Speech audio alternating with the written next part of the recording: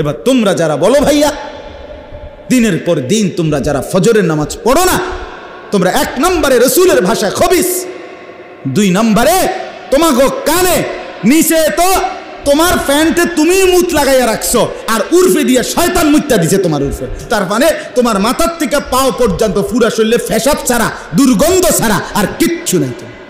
শয়তান মুতছে তোমার কানে, শয়তান। যদি লজ্জা থাকে, হায়া থাকে, যদি ন্যূনতম অনুভূতি থাকে, কমন সেন্স থাকে, তা আল্লাহরে সেজদা দিও। আমি তোমার কাছে আমারে 10টা টিয়া দাও এটা কইছি না, আমারে 1 কাপ একটা বন খাবা ওইটা বলি নাই। তোমার কাছে আমি দুনিয়া চাই না, তোমার আখিরাত মনে করেন। তোমার লজ্জা, শরম, আত্মসম্মান বোধ আছে কি না এটা জাগাইতে চেষ্টা করলাম। একজন মুসলমান মুমিন এত নির্লজ্জ হয় না ভাইয়া, এত বেহায়া হয় না, এত বেশরম হয় না রে ছেলেরা। বোঝো রে বাপ, আপাদ মস্তক তুমি তোমাকে নিয়ে ভেবো। এজন্য আমি অনুরোধ করলাম, মনোযোগ দিয়ে শুনলা, আলহামদুলিল্লাহ মোটামুটি মনোযোগ বোঝা যাচ্ছে। আল্লাহ তাআলা প্রত্যেকটা যুবকের ইমানে আমলে আল্লাহ তাআলা বরকত দান করেন। বলো না ভাই আমিন, বলো না। এই বেটা তোর রাসূল বলছে তুই খবিস, তুই খবিস বলছে, রাসূল বলছে খবিস। এটা একটা খবিস গুণ থেকে জাগে, খবিস এটা। কাসলানান, অলস।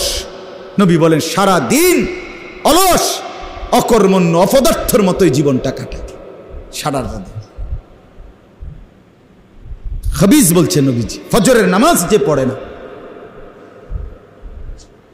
রাত্রিতে যে জাগে না, হাদিসের মধ্যে আছে আল্লাহ নবী সাল্লাল্লাহু আলাইহি সাল্লামের সামনে একদিন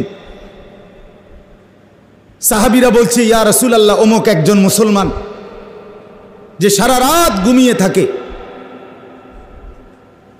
সারা রাত ঘুমিয়ে থাকে ভোর পর্যন্ত। আল্লাহ নবী সাল্লাল্লাহু আলাইহি সাল্লাম বলেন, কথাটা খেয়াল করেন, ওই লোক ফজরের নামাজ পড়ে কিন্তু তাহাজ্জুদ পড়ে না রাত্রিকালীন। ফজরের নামাজ পড়ে, নবীর জামানার মুসলমান ফজরের নামাজ না পড়ে থাকে কেমন? কথা বোঝেন না এমনি। এবং এটা উল্লেখ করছে ওই হাদিসটা বাবু সালাতিল লাইল, তাহাজ্জুদের বাবে। এজন্য বোঝা গেছে যে তাহাজ্জুদ পড়ে না কিন্তু ফজর পড়ে, সারা রাত ঘুমায় থাকে, তাহাজ্জুদ মোটেই পড়ে না। আল্লাহ রাসূল সাল্লাল্লাহু আলাইহি সাল্লাম বলছেন, নবী বলছেন, যালিকা রাজুলুন বালা শাইতানু ফি উদুনাইহি। নবীজি বলেন এটা এমন একটা লোক যার 2 কানে শয়তান পেশাব করে দিছে। আল্লাহর কসম, এটা হাদিস বন্ধু, বিশুদ্ধ হাদিস, সহিহ হাদিস। সহিহ হাদিসের আবার যারা, তারাও বুঝজানি এটা সহিহ হাদিস। কিছু তো আবার আছে অতি উৎসাহী, এটা সহিহ হাদিস। আল্লাহ রাসূল সাল্লাল্লাহু আলাইহি সাল্লাম বলছে যে তাহাজ্জুদ পড়ে না, কেন ফজর ছাড়ার তো প্রশ্নই আসে না, রাত্রিকালীন কিয়ামুল লাইল যে করে না, আল্লাহ রাসূল বলছে তার কানে 2 কানে শয়তান মুত্তা দিছে। তার আজীব হাদিস শুনুন। আল্লাহর নবী সাল্লাল্লাহু আলাইহি ওয়াসাল্লাম বলেন, আমার ভাই শোনো, আল্লাহর রাসূলের হাদিস আমি আজকে পড়ছি গাড়িতে বসে বসে আসার সময়। আল্লাহর নবী সাল্লাল্লাহু আলাইহি ওয়াসাল্লাম বলেন, যে ব্যক্তি ফজরের নামাজ, তাহাজ্জুদের নামাজ, রাত্রি শেষের নামাজটুকু আদায় করে, আল্লাহ রাসূল সাল্লাল্লাহু আলাইহি ওয়াসাল্লাম বলেন, আসবাহা নাশীতান তিবুন নফস, সে তার ভোরে একদম কর্মোদ্যম, উৎফুল্ল এবং পবিত্র হৃদয় নিয়ে সকালে উপনীত হয়। হাদিস। ওয়া ইল্লা আসবাহা খাবিসার নফস কাসলানান, আল্লাহ রাসূল বলছে, আর যে ব্যক্তি ফজরের নামাজ পড়ে না, কসম আল্লাহর রাসূল বলছে সে তার ভোরে উপনীত হয় খাবিসান নফস, একটা খবিশ হিসাবে। খবিশ। নিজের জন্য নিজে দোয়া করো আল্লাহর কাছে, তোমার জন্য তুমি বলো, আল্লাহ আমাকে ভালো বানায় দেন, আল্লাহ আমার জীবনটা সুন্দর করে দেন, আল্লাহ আমার আখলাক সুন্দর করে দেন, সময়গুলো জীবনটা কাজে লাগাবার তৌফিক দান করে।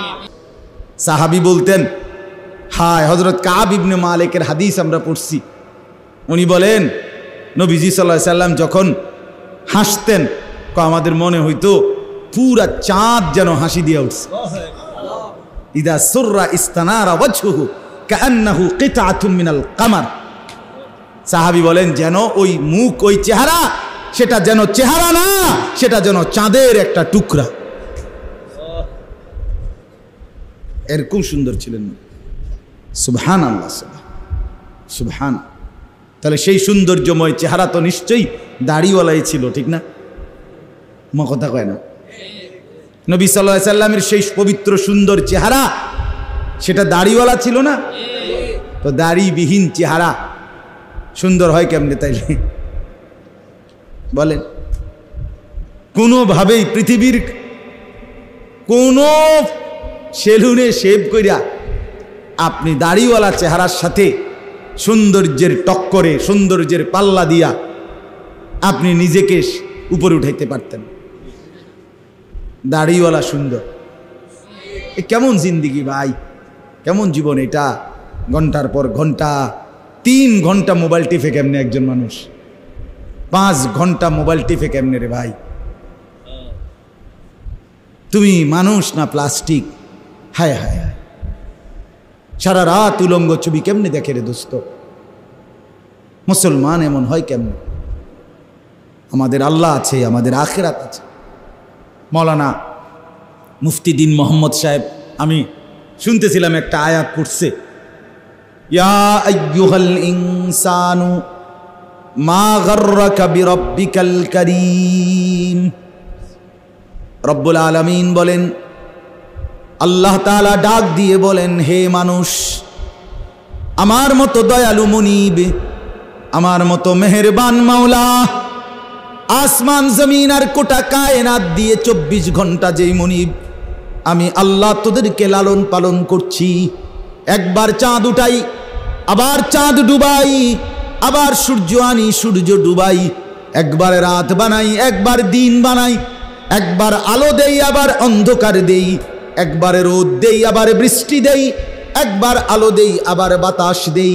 আল্লাহ বলেন, এতটা যত্ন করে লালন করছি যেই মনিব, আমার মতো দয়ালু মাওলা, আমার মতো দয়ালু আল্লাহ থেকে তুই বান্দাকে, তুই মানুষকে কে রে ভুলায়া দিল? আমাকে বাদ দিয়ে যার কাছে গেলি বান্দা, বল না বান্দা, আমার চাইতে বেশি কি পেলি তার কাছে? সে তোকে কি দিল? বলো, তোমার সমবয়সী বন্ধু তোমারে কি দিল? উলঙ্গ কতগুলো ছবির দৃশ্য দেখানো ছাড়া, মদের আড্ডা, জুয়ার আড্ডা, নারীর আড্ডা, জিনা ব্যভিচারের আড্ডা ছাড়া তোমার বন্ধু নামের ওই শয়তানে তোমারে আর কি দিছে? তুমি বলো, বলো। ওইগুলা তো বন্ধু নামের শয়তান, এগুলা বন্ধু নামের ইবলিস।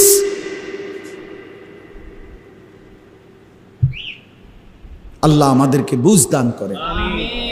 এজন্য বাপ, আমি